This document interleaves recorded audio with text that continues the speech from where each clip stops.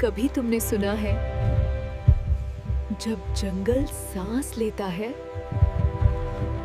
कहते हैं हर जंगल का एक राज होता है और उस राज को सुनने के लिए पैदा हुआ था। रो सिर्फ उसका दोस्त नहीं था, वो इसका साया था। जब भी ज़ैन को डर लगता, रो की आंखों में सकान चमक आटता। अचानक पीछे से कोई सरसराहट, जैसे कोई देख रहा हो। लेकिन अंधेरों ने हार नहीं मानी।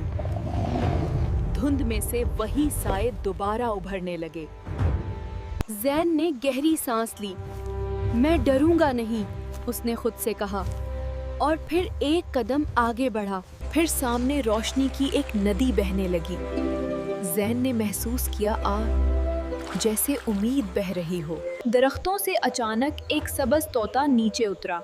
उसने चूनक कर ज़ैन की तरफ देखा, जैसे कुछ कहना चाहता हो। तूते ने अपनी चोंच से एक पत्ते के नीचे छुपी लकीर दिखाई।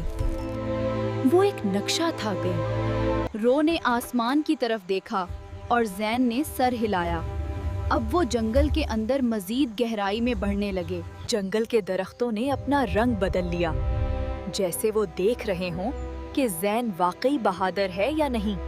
फिर सामने रोशनी की एक नदी बहने लगी।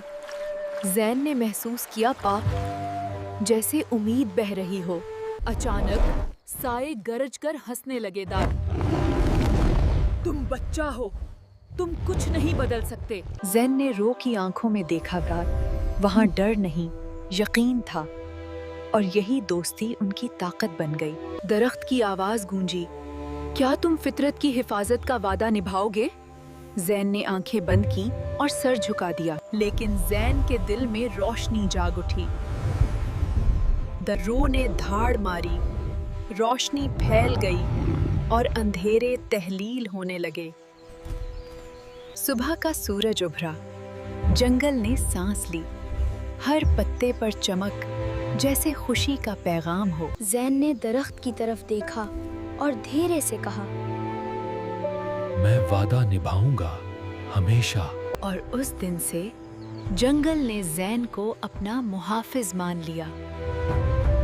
वो बच्चा, और उस दिन से जंगल ने ज़ैन को अपना मुहाफिज मान लिया। वो बच्चा